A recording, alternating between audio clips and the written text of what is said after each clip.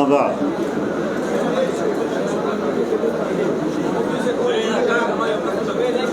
زما ډیرو درنو او قدرمندو عزتمندو مسلمانانو ورونو،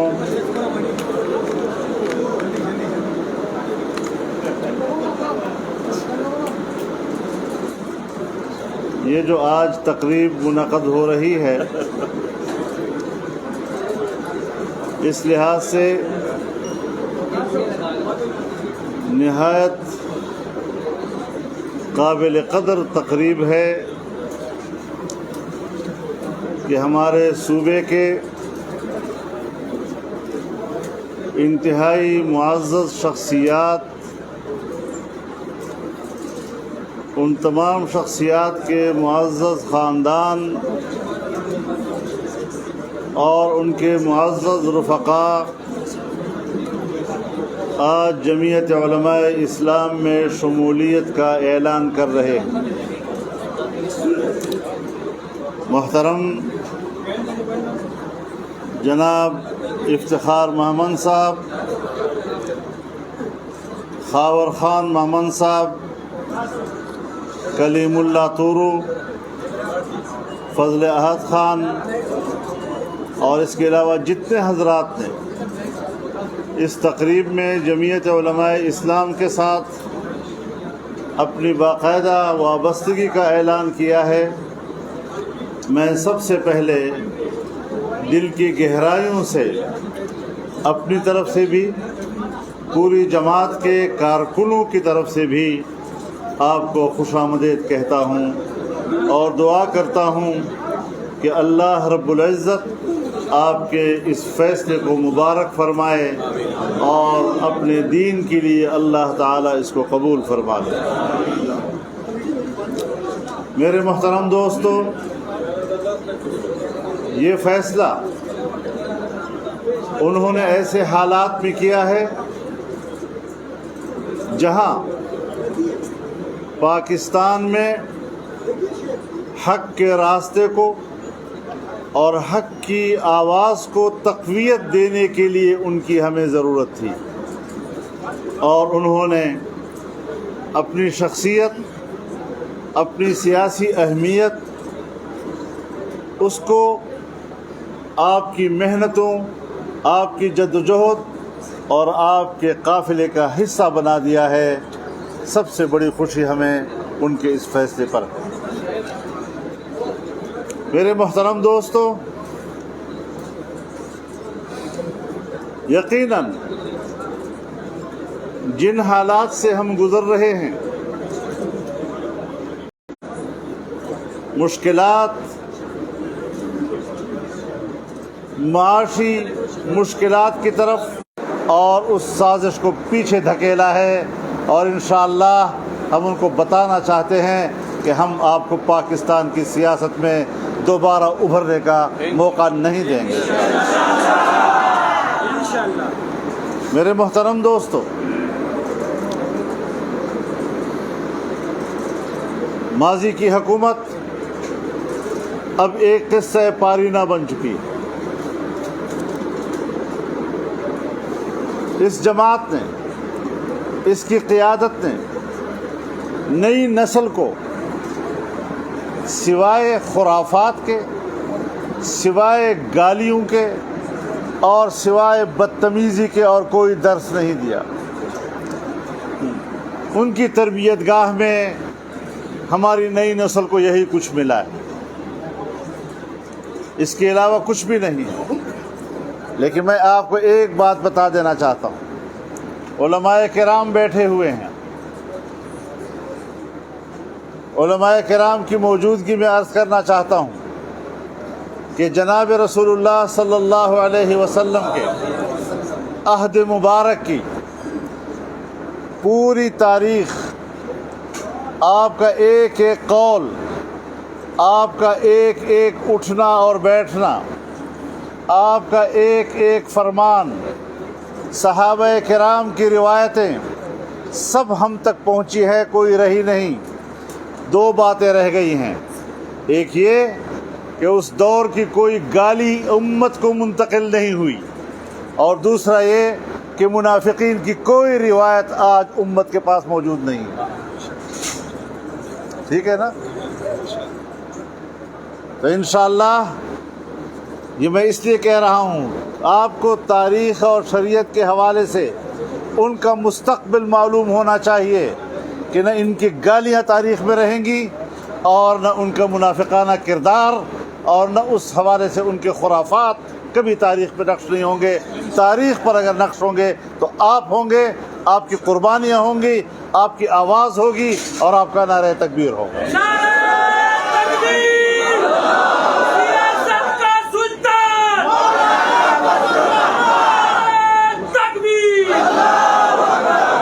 یہ کچھ چیزیں ہمارے تاریخ کا فیصلہ ہے اور پھر شریعت کے مزاج کا فیصلہ ہے. یہاں تو عجیب عجیب باتیں کی جا رہی ہیں. کبھی کہتے ہیں، مجھے ایک عجیب سی بات سننے میں آئی کہ قیامت کے روز پوچھا جائے گا تمہارے پاس ہمارا ایک بندہ نہیں آیا تھا جس نے تمہیں ایاک نعبد و ایاک نستعین سنایا تھا؟ بھائی خدا کا خوف کرو. اللہ رب العزت نے یہ تمام الفاظ انبیاء کے لیے مختص کیے ہیں اور ان کی قوموں کو بتایا ہے کہ کیا میرا پیغمبر آپ کے پاس نہیں آیا تھا؟ کم بختو، تم نے اس فاسق، فاجر اور غلیظ اور بدتمیز انسان کو پیغمبروں کا مقام دے دیا ہے. تم خدا کے عذاب سے نہیں ڈرتے؟ ہم ایک فتنے کا مقابلہ کر رہے ہیں جہاں اس کا ایک کارکن کہتا ہے کہ اگر یہ پیغمبر ہونے کا دعویٰ کرے تو میں کلمہ پڑھ لوں اس کا. تو بتاؤ یہ فتنہ ہے یا نہیں ہے؟ مجھے شرم آتی ہے ان الفاظ پر کہ اگر یہ شخص ناجائز طریقے سے میری ماں کے پاس بھی چلا جائے تو میں فخر کروں گا. اس قسم کی باتیں ہم ان کے لوگوں سے سنتے ہیں. لعنت ہو ایسی جماعت پر، لعنت ہو ایسے لوگوں پہ. تعجب کی بات ہے. اور آج ایک ایک چیز کھل کھل کے سامنے آ رہی ہے. ایک ایک چیز. فارن فنڈنگ کیس کیا ہے؟ اسرائیل کا پیسہ اور ہندوستان کا پیسہ ہے. یہودیوں کا جو یار ہے، یہودیوں کا جو رشتہ دار ہے،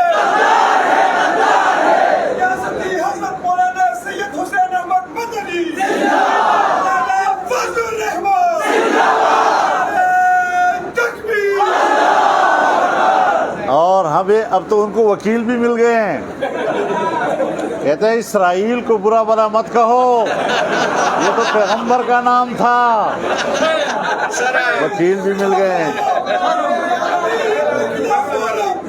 اب ان جہلا کا کیا کریں؟ اللہ رب العزت تو بنی اسرائیل کا لفظ استعمال کرتے ہوئے فرماتا ہے لعن الذین کفروا من بنی اسرائیل علی لسان داؤد.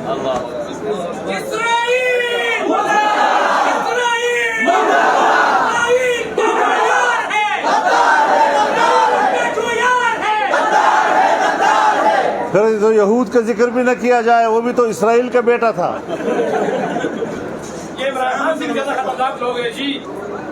جس پر اللہ رب العزت فرماتے ہیں کہ ان کے لیے ذلت و مسکرت لکھی گئی ہے، ان پر لعنت بھیجی گئی ہے. ایسے ایسے لوگ ملاؤں کے لباس میں، جاہلوں کے لباس میں ان کو وکالت مہیا کر رہے ہیں. یہود اور اسرائیل پر بھی لعنت اور ان کی وکالت کرنے والوں پر بھی لعنت دیتے ہیں. اسرائیل کا جو وکیل ہے، اسرائیل کا جو وکیل ہے،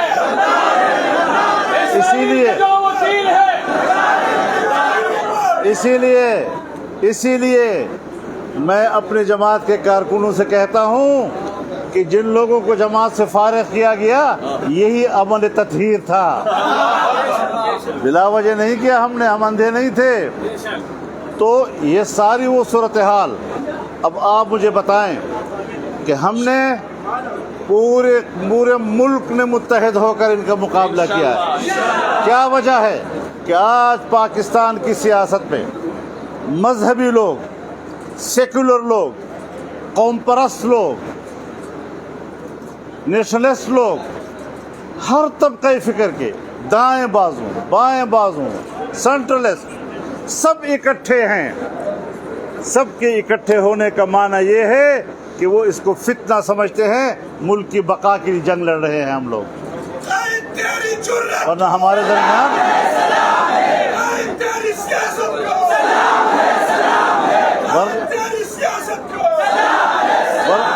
ورنہ ہمارے درمیان اختلافات ہیں, سوچ کا اختلاف ہے, نظریے کا اختلاف ہے, لیکن آج سب لوگوں کا اکٹھ صرف اس مقصد کے لیے ہوا ہے کہ اس فتنے سے پاکستان اور پاکستان کے آنے والی نسلوں کو بچا سکیں. ہمارے ہاں مشکل یہ ہے, ابھی فارن فنڈنگ کیس آیا, اسرائیل سے اور ہندوستان سے پیسے لیے, ان کے دوستوں سے پیسے اکٹھے کیے, کوئی ریکارڈ نہیں ہے. نواز شریف کے خلاف تو ایک پاناما کیس آتا ہے اور اقامہ پہ جا کر کورٹ ان کو نااہل قرار دیتی ہے, لیکن یہاں پر گھپلوں کے پہاڑ, اس پر خاموشی, بین الاقوامی دباؤ نہیں تو خاموشی کا کوئی معنی نہیں. یہ جو خاموشی ہے کسی دباؤ کے نتیجے میں ہے.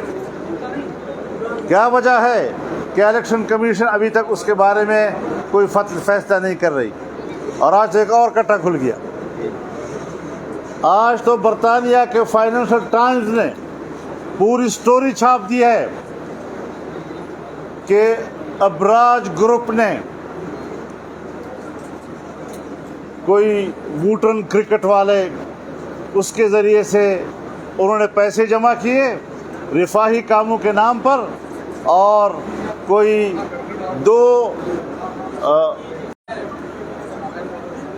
کیوں خاموشی اختیار کی جا رہی ہے؟ کہتے تھے, ہر ایک کو کہتا ہے چور چور چور چور چور, اور پنجاب حوالہ کیا تو ڈاکو کے حوالے کر دیا. کہا گیا فل کورٹ بناؤ, تو فل کورٹ نہیں بنایا, اور کہا کہ جج چھٹیوں پہ ہیں,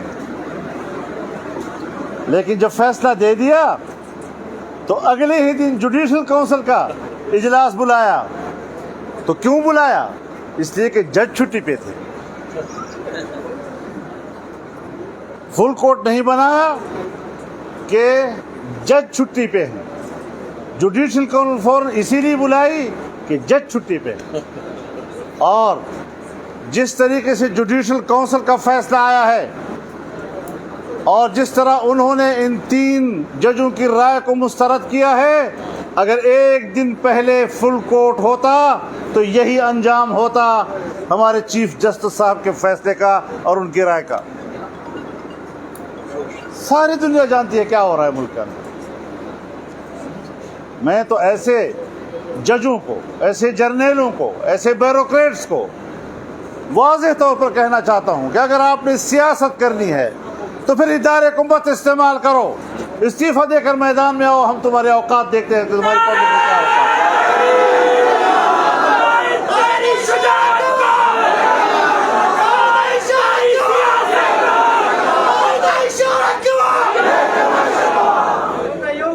سیاست کھیلنی ہے تو سیاست کے میدان میں کھیلو,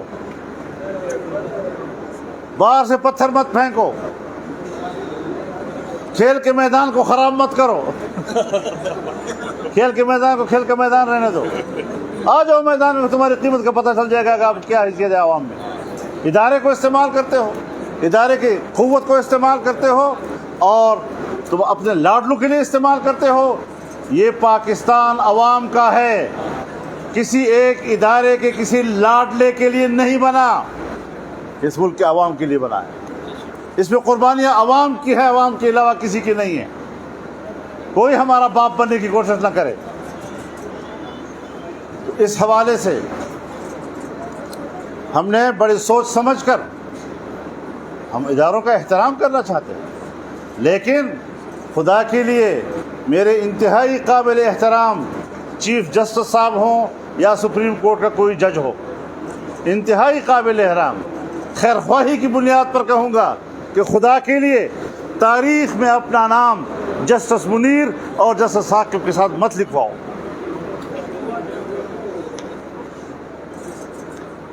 لوگ آپ کو یاد کریں, آپ کے فیصلے بولیں, آپ کے ذات کو اور آپ کے نام کو آج کیوں ڈسکس کیا جا رہا ہے. نہیں ہونا چاہیے, لیکن کیا کرے, تاثر ہے, اس تاثر کا اظہار ہو رہا ہے. اور پھر فارن فنڈنگ کیس کا الیکشن کمیشن کو کس چیز کا انتظار ہے؟ اتنا بڑا جرم کیا ہے کہ اس جرم کے نتیجے میں تو نہ اس کا لیڈر ہونا چاہیے نہ اس کی پارٹی ہونی چاہیے. عجیب صورتحال یہ ہے کہ یہی کورٹ ہے, یہی کورٹ 1 مہینے پہلے عمران خان پارٹی کا سربراہ, اس کا خط حجت ہے اور اس کے خط کی بنیاد پر ان کے اراکین نے جو رائے دی تو ان کو ڈیسیٹ بھی کیا گیا اور ان کی رکنیت بھی ختم کر دی گئی اور ضمنی الیکشن بھی کرائے. لیکن اگر اپنی پارٹی کو وہی خط مسلم لیگ کاف کا سربراہ لکھتا ہے تو یہی عدالت کہتی ہے کہ اس کا کوئی اعتبار نہیں. جب میاں نواز شریف صدر تھے مسلم لیگ نون کے اور ان کو نااہل قرار دیا, اس وقت تو آپ کہتے ہیں کہ اصل طاقت تو پارٹی ہیڈ ہے, لہٰذا پارٹی ہیڈ اسمبلی کے اندر کے نظام پر اثر انداز ہو سکتا ہے تو اس کو بحیثیت پارٹی سربراہ بھی نہیں ہونا چاہیے. سربراہ کے لیے بھی آپ نے ان کو نااہل قرار دیا تو یہ آپ کی مرضی ہے. آئین جب آپ چاہیں کسی کے حق میں اسی دفعے کے ایک آپ ریلیف دیں, ایک کو آپ سزا دیں, یہ کون سا انصاف ہے؟ کون اس انصاف پہ اعتماد کرے گا؟ یہ ساری وہ چیزیں ہیں کہ جو اس وقت ملک کے اندر ہیں, لیکن میں واضح طور پر کہنا چاہتا ہوں کہ ہم فتنے کے خلاف جنگ ہیں. اب اگر کوئی جج اس میں شریک ہوتا ہے, کوئی جنرل اس میں شریک ہوتا ہے, کوئی مولوی صاحب اس میں شریک ہوتا ہے, یہ سب فتنے کا حصہ ہے اور جمعیت کے کارکنوں ڈٹ جاؤ, ان کا مقابلہ کرنا ہے.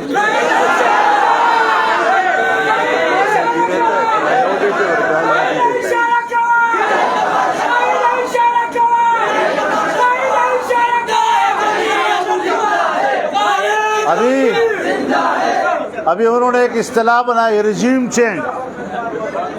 رجیم چینج کس کا ہے؟ ہمیں باہر کی سازشوں سے, تو باہر کی سازشیں تو نکل آئیں کہ نواز شریف کو ہٹانے کے لیے کہاں کہاں سے پیسہ آیا تمہارے پاس, کس کس ملک میں پیسہ دیا, وہ تھا رجیم. آپ کو کون لایا ہے, اس پر تحقیقاتی کمیشن بیٹھنا چاہیے تاکہ پتہ چل جائے کہ بیرون دنیا کا ایجنٹ کون ہے. ابھی امریکہ کے خلاف بولتا ہے, اس کو پتہ ہے کہ پاکستان میں یہ چورن اچھا بکتا ہے, لیکن تمہیں تو لایا امریکہ تھا, تم تو ایجنٹ اسی کے تھے, یہود کے ایجنٹ, اس کی پشت پر قوت امریکہ کی. آج پاکستان میں وہ چورن بیچنے کے لیے تم بھی امریکہ کے خلاف بولتے ہو. اور پتہ چل گیا ہے کہ جب تک تمہارے پاس بنی گالا کا گھر نہیں تھا تو اسلام آباد کی E7 کے گھر کا کرایہ 9 سال تک امریکی کنسولیٹ ادا کرتا رہا ہے.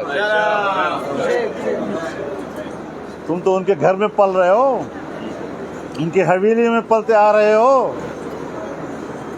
بہر رنگے کے خواہی جامہ میں پوش, من انداز قدت را میں شناسم. تمہارے خمیر کو ہم جانتے ہیں, تمہارے خمیر کے اندر کی خباثتوں اور غلاظتوں کو ہم جانتے ہیں, اور انشاءاللہ اس کا مقابلہ کریں گے.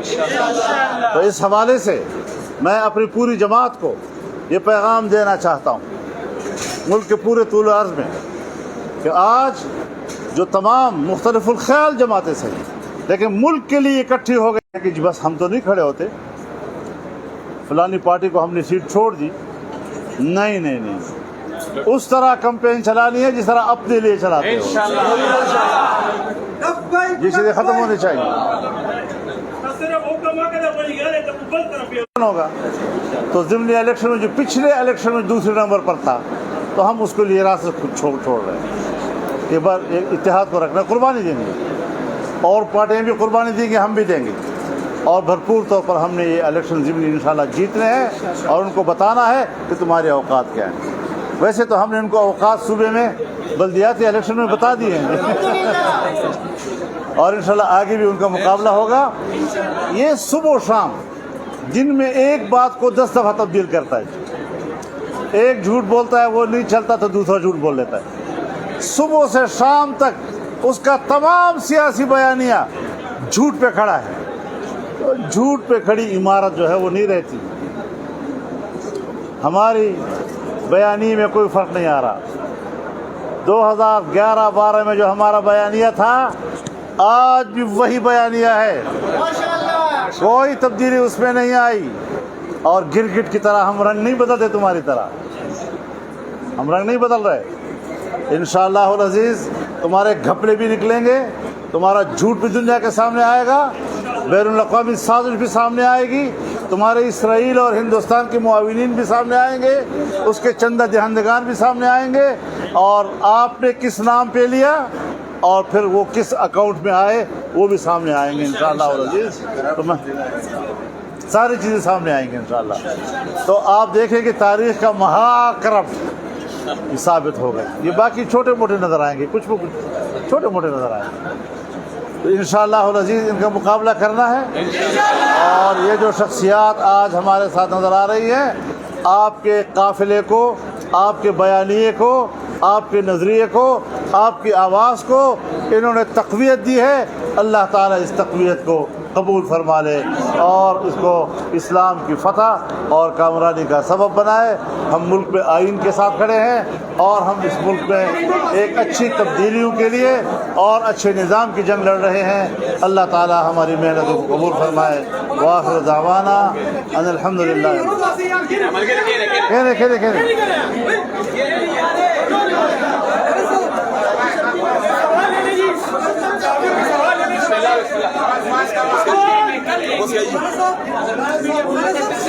سوالات کا سبب ایک بندہ کو بھی بات کوشش کر رہی ہے کہ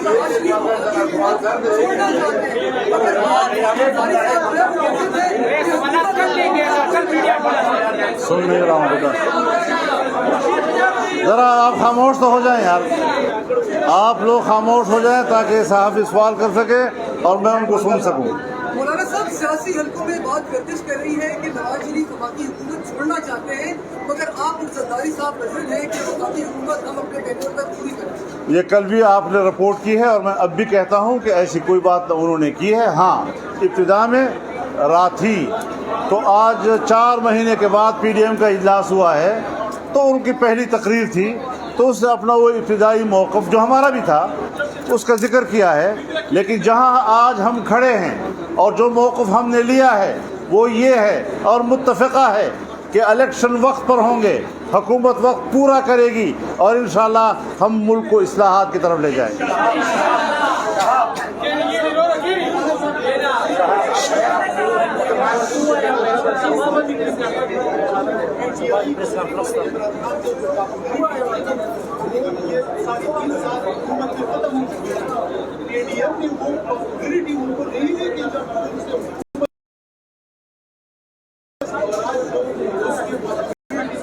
دیکھیے نتیجے کے آپ ذکر کر رہے ہیں 20 وجوہات، یہ کوئی اس کے بیانیے کی فتح نہیں ہے۔ اگر بیانیے کی بات ہو تو پھر آپ 2018 کے مقابلے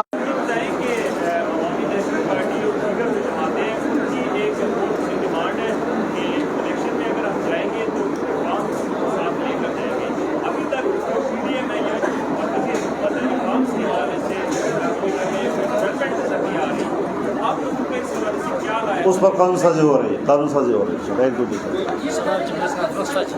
جی